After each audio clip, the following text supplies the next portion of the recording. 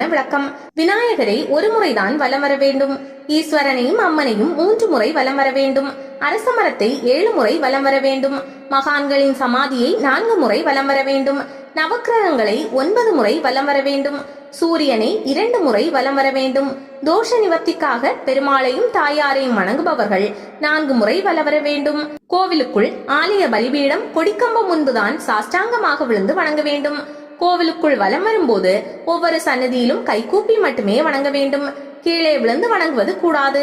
கொடிமரத்தை தாண்டி வந்து மூலவருக்கு நேராக மட்டும் கீழே விழுந்து வணங்க வேண்டும். கிழக்கு மேற்கு நோக்கிய கோயில்களில் வடக்கு நோக்கி தலை வைத்தும், வடக்கு தெற்கு பார்த்த கோயில்களில் கிழக்கு நோக்கி தலை வைத்தும் சாஷ்டாங்க நமஸ்காரம் செய்ய வேண்டும். சிவனுக்குரிய ஸ்லோகம் ஒன்றில் சாஷ்டாங்க நமஸ்காரத்தால் இருவித பாவங்கள் நிவர்த்தியாவதாக குறிப்பிடப்பட்டுள்ளது. ஒன்று, போன பிறவியில் நமஸ்காரம் செய்யாதது, மற்றொன்று அடுத்த பிறவியில் நமஸ்காரம் பண்ணாமல் இருக்க போவது.